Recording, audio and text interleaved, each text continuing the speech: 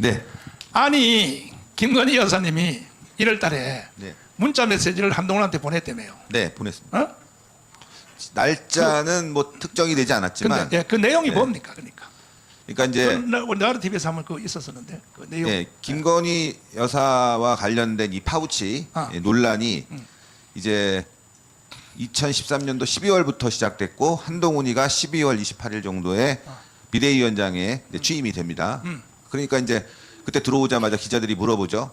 김건희 여사 파우치 관련해 갖고 어떻게 처리할 거냐 했더니만 국민 눈높이에서 생각하겠다. 이게 이제 첫 일성이었습니다. 아하. 그리고 한 일주일이 좀 넘었을 때 1월 한 10일부터 18일 사이에 김경률이가 사과해야 된다. 말이 앙뚜아네뜨다. 2주 안에 벌어진 일입니다. 작두로 모가지를 잘라야 된다. 예, 그렇죠. 마리 앙뚜아네뜨가 이제 단두대에서 처형당했으니까. 그렇지. 자, 마리 앙뚜아네뜨라고 하니까 김건희 여사가 문자를 보낸 거예요. 한동훈에게. 문자 내용은 취지는 이겁니다. 사과하고 싶다. 그런 마음이 있다. 송구스럽게 생각한다. 국민들에게. 그러니까 이걸 정돈하자면 뭐냐 하면은 이제 김건희 여사님 때문에 앞으로 비대위원장과 선거하기가 힘드니까 예. 내가 국민 앞에 사과를 해주겠다. 예. 김건희 여사님이 문자 메시지를 보냈다는 얘기죠. 그 사과한다는 문자 내용에 뭐라고 또 적었냐면은 어. 과거에 어. 대선 때 어. 사과를 했더니 지지율이 떨어져서 고민이 많았다.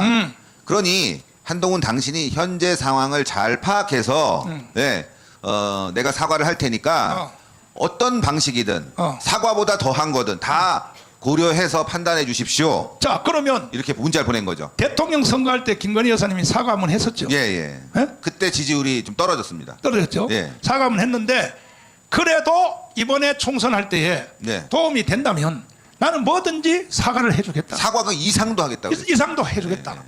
그거는 김건희 여사님이 대단한 결단 아닙니까, 솔직히? 예? 그거는 한동훈이 책임자이기 때문에 또 당사자고요. 그래서 한동훈 당신에게 선거를 이길 수 있는 방법을 준 거죠. 준 거죠. 예. 그러면 최소한 한동훈이가 대답은 해야 될 거 아닙니까? 최소한 대답은 해야죠. 형수님, 옛날부터 형수님이라고 불렀잖아요. 그렇죠. 형수님, 아이고 뭘 사과까지 하십니까? 그냥 내가 다 해낼 테니까 사과 안 해도 됩니다. 이런 대답이라도 해줘야 될 거 아니야. 뭐 예를 들어서 이렇게 답하면 됩니다. 사모님, 아니 또 영부인님, 지금 당에서 많은 논의가 있고 지금 구상을 하고 있고 해결책을 마련하는데 이렇게까지 전향적으로 답을 해주시니까 더 저희가 심각하게 논의를 하겠습니다. 이 정도면 끝나는 거예요. 그렇지. 예, 그런데 아예 대답을 안 했죠. 안 했죠. 대답을 안 했는데 이번에 이제 이 당 대표 선거에 이걸 가지고 이슈가 나왔는데 그게 이제 이렇게 설명드리면 됩니다. CBS의 김규환 논설실장이 방송을 통해서 이 내용을 알렸습니다. 더 많은 내용이 있지만 축약을 했다. CBS는 원래 좌파잖아. 좌파죠. 김규환 논설실장도 뭐 이렇게 보수적이진 않습니다. 아니, 좌파의 네, CBS는요 입만 열면 네. 다 정강훈 욕만 해요. 자, 어쨌건 거기서 방송이 나갔는데 그 방송을 가지고 첫날에는 조용하다가 이제 이게 우파 진영에 막 논란이 되니까 예, 이걸 가지고 이제 한동훈이 발끈한 거죠. 자, 그런데 여러분들 왜 그러면 한동훈이가 답을 안 했을까? 왜 답을 안 했을까? 예, 알겠습니다. 간단히 해도 됩니다. 생각 중입니다. 간단히 해도 되는데 5자 정도면 끝나는 일. 그 대답 내가 가르쳐 줄까요? 예, 김건희를 깜빡 넣으려고. 맞습니다. 이게 무슨 얘기냐면 나도 아는 게 있다니까. 이거. 목사님이 훨씬 정확하시죠. 목사님 말씀을 듣고 정광훈 목사님의 말씀을 듣고 윤석열 대통령이 움직였더라면 한동훈을 비대위원장을 안 시켰더라면 이런 일도 생기지 않고 총선에서 대승했죠. 맞죠. 맞는 말씀이시죠. 맞죠. 김건희를 깜빵에 보낸다. 무슨 얘기냐? 범죄자로 본 겁니다. 한동훈은. 그렇지. 김건희를 범죄자로 봤기 때문에 답을 안 한 거예요. 이게 영부인이 아니라 범죄자다. 내가 어떻게 범죄자에게 답을 줄 수 있냐 이렇게 생각한 거죠. 왜 그러냐면 한동훈이는 검사 시절에 조선 제1검이라고 그랬어요. 조선 제1검. 예? 조선 제1검. 내가 칼을 제일 잘 쓴다. 다 날렸습니다. 이재용 깜빵에 넣었죠. 박근혜 깜빵에 넣었죠. 이명박 깜빵에 넣었죠. 보수 인사들 1000여 명 조사해서 300명을 깜빵에 넣었습니다. 그게 바로 인생의 화양연화고 그걸 자신은 조선 제1검이라고 얘기해요. 자, 조선 제1검. 무슨 말씀이야? 요즘 누가 칼 씁니까? 예? 조선 제1검이라고 얘기하는데. 근데 이 조선 제1검을 지금 이제 김건희하고 윤석열 때 들어대려고 그러는 거지. 그렇죠. 그러니까 탄핵시키려고. 검사 시절에 조사하는 피의자가 문자를 할 수도 있어요. 이재용이 문자를 할 수도 있고, 뭐 또는 변호사가 문자를 할 수도 있고, 하여튼 피의자가 전화하면 그 문자를 하면 답하겠습니까?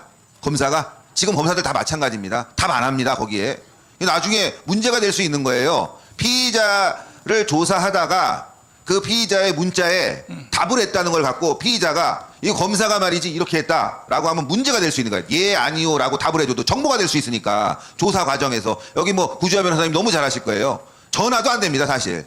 그 전화를 알았다고 문자를 해도 일십 읽고 씹는 거예요. 답을 안 해요 검사들은. 자 그렇다면 답은 나왔죠. 김건희와 윤석열을 범죄자로 보고 있는 것이고 목사님 말씀처럼 깜빵에 넣어야 될 대상으로 보기 때문에 답장을 안 한 겁니다. 예?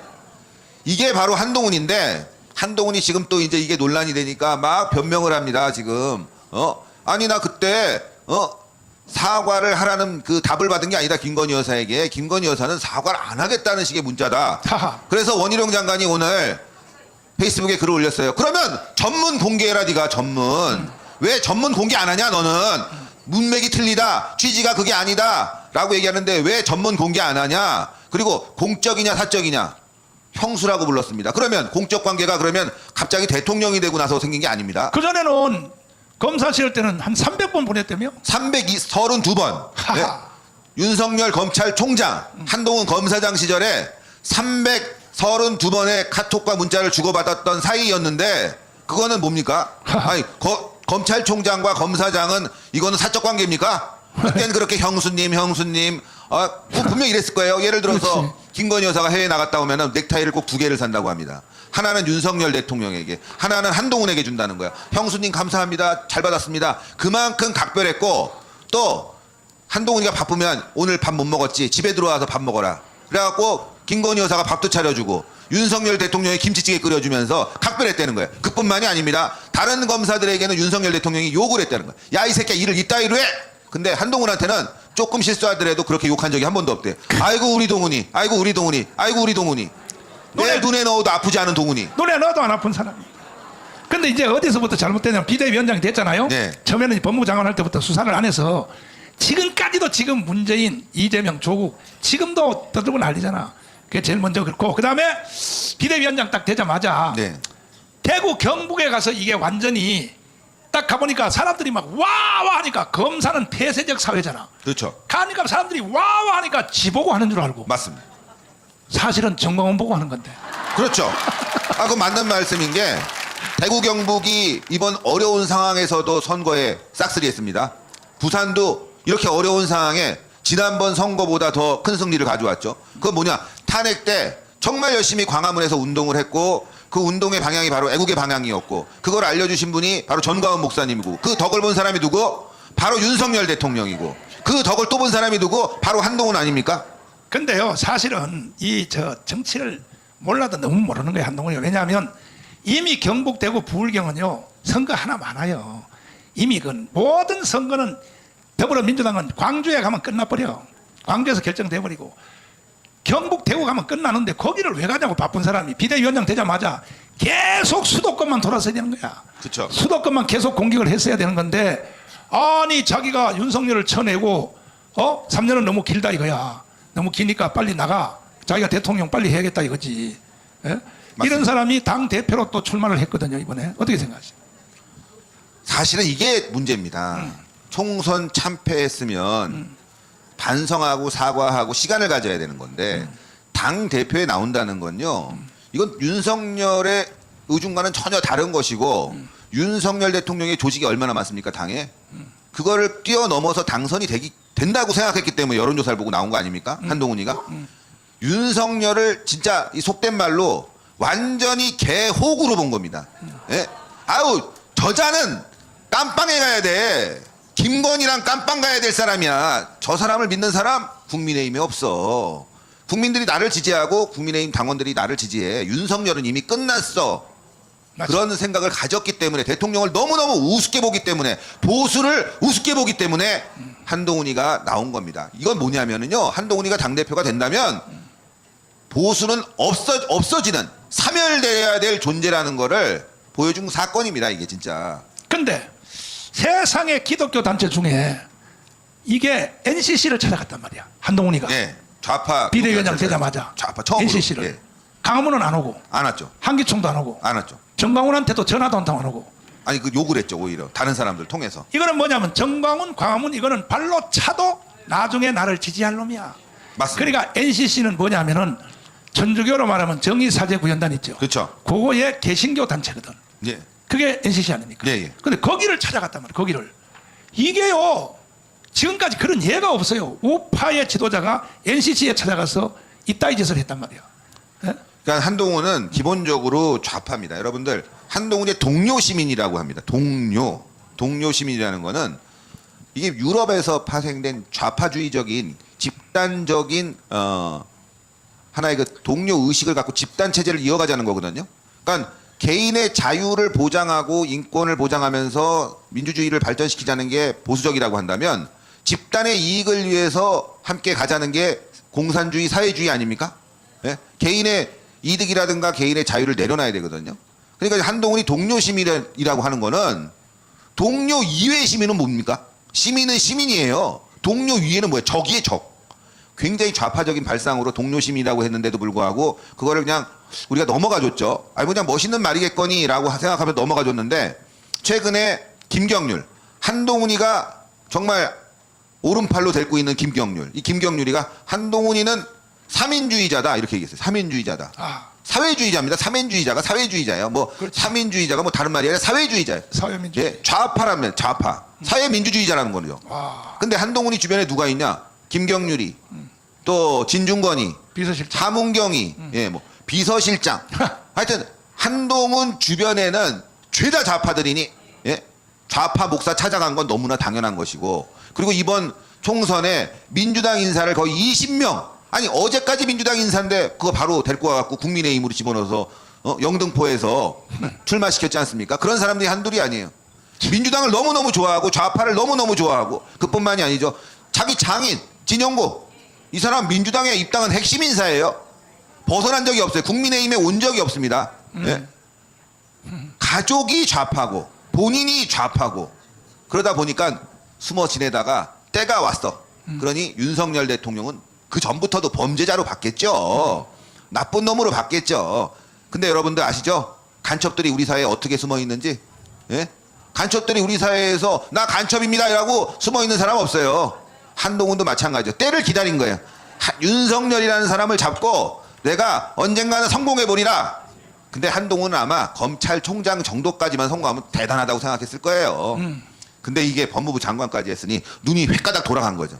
아우 빨리 대통령이 되고 싶다. 예? 지금 여러분들 하는 거 보세요. 예? 지금 한동훈이 이걸 사과했습니까? 문자에 대해서 아우 제가 그때 판단 실수였습니다. 죄송합니다. 그게 아니라 왜 윤석열이 지금 전당대회에 개입하냐 이러고 그러고 나왔어요. 여러분들 대통령실에 전당대회 개입이다.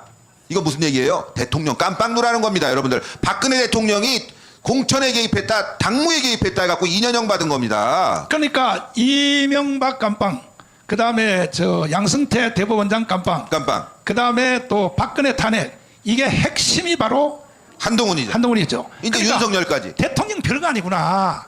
이게 내가 손대면 이건 바로 탄핵할 수 있구나. 그러니까 재미가 붙은 거야. 그래서 그렇죠. 윤석열도 내가 손대면 이건 바로 탄핵됐구나. 한번 해보니까 별거 아니라고 생각하거든. 네. 한동훈이는 윤석열 대통령을 보고 배웠을 거예요. 윤석열 대통령이 맞아. 사실 탄핵 검사입니다. 예.